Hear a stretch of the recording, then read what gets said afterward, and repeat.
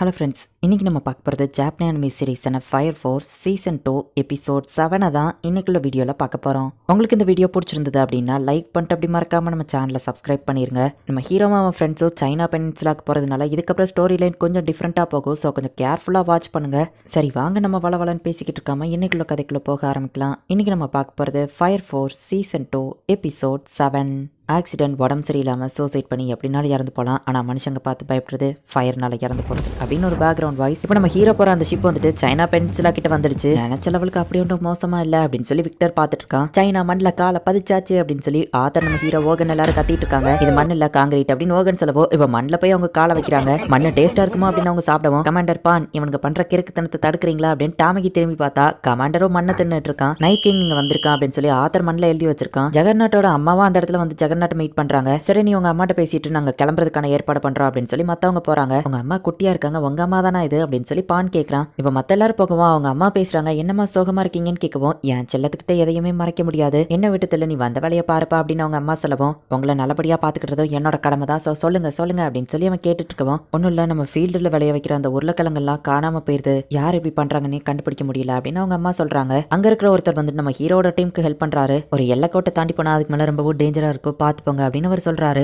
Juggernaut இந்த area தாங்கிறதுனால அவனுக்கு வழி தெரியும்னு சொல்லி அவங்க கூட்டிட்டு போறாங்க. அவனும் அவங்க அப்பா அம்மாட்ட போயிட்டு வரேன்னு சொல்லிட்டு கிளம்புறான். எங்களை பத்தி கவலைப்படாத, ஃபீல்டு நாங்க பாத்துக்கிடுவோம், நீ உன் கடமையை கரெக்டா பாரு அப்படின்னு சொல்லி அவங்க அம்மா அனுப்பி வைக்கிறாங்க. ஹியூமன் கம்பஷனோட ஆரிஜினை தெரிஞ்சுக்கிட போறோம் அப்படின்னு சொல்லி நம்ம ஹீரோ நினைச்சிட்டு இருக்கான். இப்ப அப்படியே பார்த்தா எல்லாரும் கெக்கப்புக்கான்னு சிரிச்சிட்டு இருக்காங்க. விக்டர் மட்டும் சேஃப்டியா மாஸ்க் போட்டிருக்கான். ஈவன் கமாண்டர் பான் கூட ஒரு மாதிரி கிறக்கத்திலேயே வந்துட்டு இருக்கான். கோபியஸ் அப்படிங்கிற ஏதோ ஒரு கேஸ் வந்துட்டு அந்த இடத்துல பரவி இருக்கு. ஸோ அதனாலதான் இவங்க எல்லாருமே இப்படி நடந்துக்கிட்டாங்க. பட் ஆத்தர் மட்டும் என் மைண்ட் தெளிவா இருக்கு, நான் ரிலாக்ஸா இருக்கேன் அப்படின்னு சொல்லி அமைதியா உட்காந்துருக்கான். அப்படின்னு நம்ம ஹீரோவா ஆத்தரவு காமெடியா விளையாண்டுகிட்டே வந்துட்டு இருக்காங்க. கமாண்டர்ப்பா நம்ம எதுக்காக போறோம்னாச்சா அட்லீஸ்ட் ஞாபகம் இருக்கா அப்படின்னு விக்டர் கேட்கவும், ஹியூமன் கம்பஷன் ஆரிஜினை கண்டுபிடிக்க போறோம் அப்படின்னு நம்ம சொல்லவும், அட்லீஸ்ட் இதுலயாச்சும் தெளிவா இருக்கீங்களே, நல்லது அப்படின்னு விக்டர் நினைக்கிறான். ஹே எல்லாரும் உள்ள வந்து உட்காருங்க அப்படின்னு பான் கத்துறான். ஆமா நம்ம எதுக்கு இங்க வந்திருக்கோம் அப்படின்னு நம்ம ஹீரோ யோசிக்கிறான். டோலாபஸ்க்கும் கேட்டக்லிசம்க்கு என்ன சம்பந்தம் தான் சர்ச் பண்ணி போறோம், ஆனா லக்கியா இருந்தோம்னா எவாஞ்சலிஸ்ட பத்தியும் நாங்க கண்டுபிடிச்சிடலாம் அப்படின்னு நம்ம ஹீரோ நினைக்கிறான். ஒரு பாறை நம்மளையே பாத்துக்கிட்டு இருக்கு அப்படின்னு டாமிகி சொல்றா. ஒருவேளை அது ஏதாச்சும் மிருகமா இருக்குமா அப்படின்னு சொல்லி அவங்க யோசிச்சுட்டு இருக்காங்க.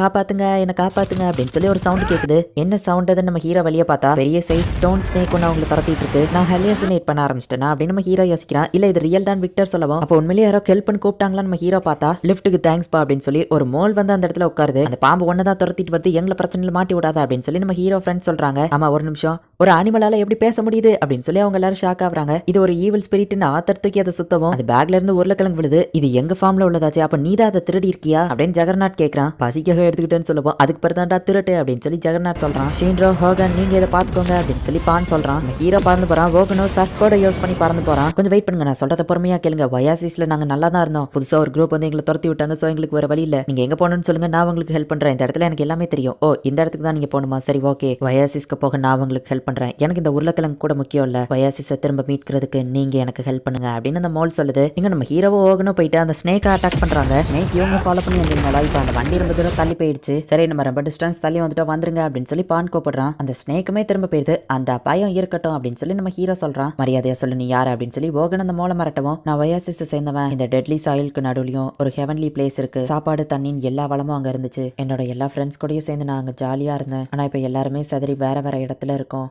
ஹே அந்த க்ரோஸ் எனக்கு தெரியும், ஹேய் யாட்டா இங்க வா அப்படின்னு சொல்லி அந்த மோல் கூப்பிடுது. ஹாய் ஸ்கோப், இதெல்லாம் யாரும் ஃப்ரெண்ட்ஸா அப்படின்னு சொல்லி அந்த க்ரோ கேட்கவும், இல்ல யாட்டா இவங்க ஒயாசிஸ் போறாங்கன்னா இவங்களுக்கு ஹெல்ப் பண்ணிட்டு இருக்கேன் அப்படின்னு ஸ்கோப் சொல்லவும், எனக்கு காக்காவும் பேசுது அப்படின்னு அவங்க பாக்குறாங்க. சரி நாங்க உங்களை கூட்டிட்டு போறோம் அப்படின்னு அந்த க்ரோ சொல்லுது. இரட்டுறதுக்கு முன்னாடி டென்ட்டை போடலாம் அப்படின்னு சொல்லி கமாண்டர் பான் சொல்றான். டோனோவஸ்ட்டை பத்தி இன்வெஸ்டிகேட் பண்ண தான் போயிட்டு இருக்கோம், மேபி அதனால கூட நீங்க பேசியிருக்கலாம் அப்படின்னு சொல்லி பான் சொல்லவும், நாங்க எதனால பேச ஆரம்பிச்சோம்னு எங்களுக்கு தெரியாது, ஆனா திடீர்னு ஒரு குரூப் வந்தாங்க, நாங்க உங்ககிட்ட பேச்சுவார்த்தை நடத்தலாம் ட்ரை பண்ணா, ஆனா அவங்க பேசுறது கேட்கற ஐடியா இல்ல, எங்க ஆளுங்களை அட்டாக் பண்ண ஆரம்பிச்சிட்டாங்க, நாங்களும் அங்க இருந்து தப்பிச்சு வந்துட்டோம், அவங்கள நான் சும்மா விட மாட்டேன் அப்படின்னு சொல்லி ஸ்கோப் சொல்றான். இது என்ன லைட் அது அப்படின்னு நம்ம ஹீரோவும் ஓகனும் பாக்குறாங்க.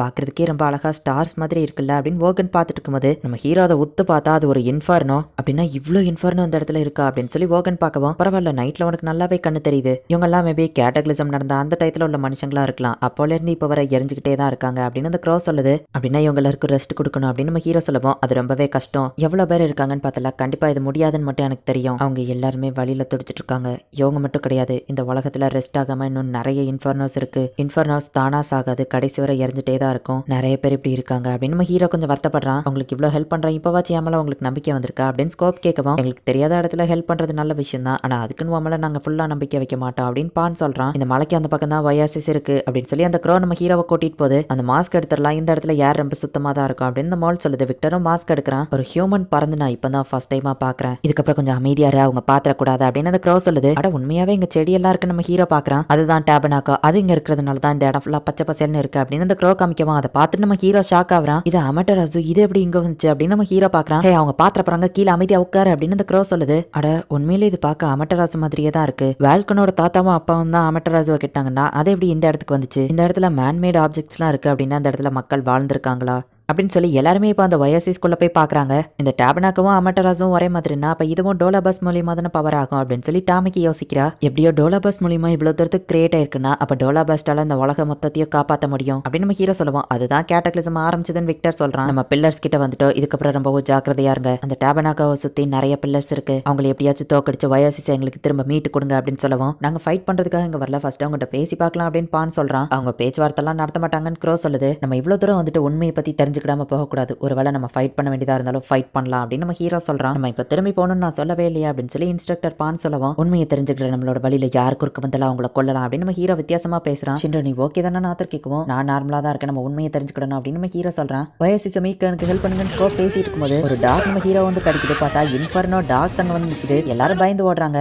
ஜெகநாத் அதுங்க வந்து கடிக்குது. டாமிக்கி ப்ரே பண்றா. ஆத்தர் போயிட்டு அதுங்களை கொல்லுதான். இது டாக்ஸா இருந்தாலும் இதுவும் மனுஷங்க மாதிரியே வழியில தான் துடிச்சிட்டு இருக்கும், நம்ம இதுங்களை காப்பாற்றணும் அப்படின்னு சொல்லி டாமிக்கி சொல்றா. நீ சொன்ன அந்த குரூப் இதுதானா அப்படின்னு சொல்லி பான் கேட்கப்போ, ஆமா இதுங்க தான் என்னோட ஃப்ரெண்ட்ஸ் எல்லாத்தையும் சாப்பிட்டுடுச்சு, இதுங்க அட்டாக் பண்ணதுல தான் நாங்க இங்க இருந்து போயிட்டோம் அப்படின்னு சொல்லி ஸ்கோப் சொல்றான். அப்ப நம்ம ஹீரோ திடீர்னு இங்க இருக்கிற எல்லாத்தையும் காப்பாத்து, எல்லாத்தையும் ப்ரொடெக்ட் பண்ணு அப்படின்னு ஒரு பொண்ணோட வாய்ஸ் கேக்குது. டாலா லிங்க் மூலமா டாபனாக்கா கூட நம்ம ஹீரோ கனெக்ட் ஆகுறான். இந்த இடத்துல இந்த எபிசோட் முடியுது. ராஃபல்ஸ் 1 அப்படிங்கிறவருக்கு ஒரு சீக்ரெட் ஃபிளேம் கிடைச்சிருக்கும். அதை வச்சு அவர் அமட்டராஜுவை கிரியேட் பண்ணி டோக்கியோ எம்பையருக்கே பவர் சப்ளை பண்ணியிருப்பாரு. மனுஷங்க போகக்கூடாதுன்னு தடை செய்யப்பட்ட இந்த இடத்துல பார்த்தா டாபனாக்கா அப்படின்னு சொல்லி அமட்டராஜு மாதிரியே ஒன்று இருக்கு. வால்கனோட தாத்தாவும் அப்பாவோ கண்டிப்பா இந்த இடத்துல வந்து இந்த டாபனாக்காவை கட்டியிருக்க மாட்டாங்க. ஸோ அப்படின்னா இந்த இடத்துல எப்படி ஒரு டாபனாக்கா இருக்கு அண்ட் அதை சுத்தி 8 பில்லர்ஸ் வேற இருக்கு. இந்த இடத்த ப்ரொடெக்ட் பண்ணு அப்படின்னு சொல்லி ஒரு லேடியோட வாய்ஸ் இப்போ நம்ம ஹீரோ கேக்கு. அங்க இருக்கிற அனிமல்ஸ் எல்லாம் பேசுது அண்ட் இவங்க வர்ற வழியில நிறைய இன்ஃபர்னோஸை பார்த்திருப்பாங்க. எல்லா மனுஷங்களும் ரொம்ப காலத்துக்கு எரிஞ்சுக்கிட்டே தான் இருக்காங்க. ஈவன் 100 வருஷம் ஆனாலுமே கூட அவங்க யாரும் இறந்து போக மாட்டாங்க, அப்படி எரிஞ்சுக்கிட்டே வழியில துளிச்சுக்கிட்டே தான் இருப்பாங்க. இப்போ புதுசா இன்ஃபர்னோ டாக்ஸ் வரை இவங்களை வந்து அட்டாக் பண்ணுது. என்ன நடக்க போகுது அப்படிங்கறத நெக்ஸ்ட் எபிசோட் பார்த்து தெரிஞ்சுக்கோங்க. அண்ட் உங்களுக்கு இந்த வீடியோ பிடிச்சிருந்தது அப்படின்னா லைக் பண்ணிட்டு அப்படி மறக்காம நம்ம சேனலை சப்ஸ்கிரைப் பண்ணிருங்க. தேங்க்யூ ஃபார் வாட்சிங்.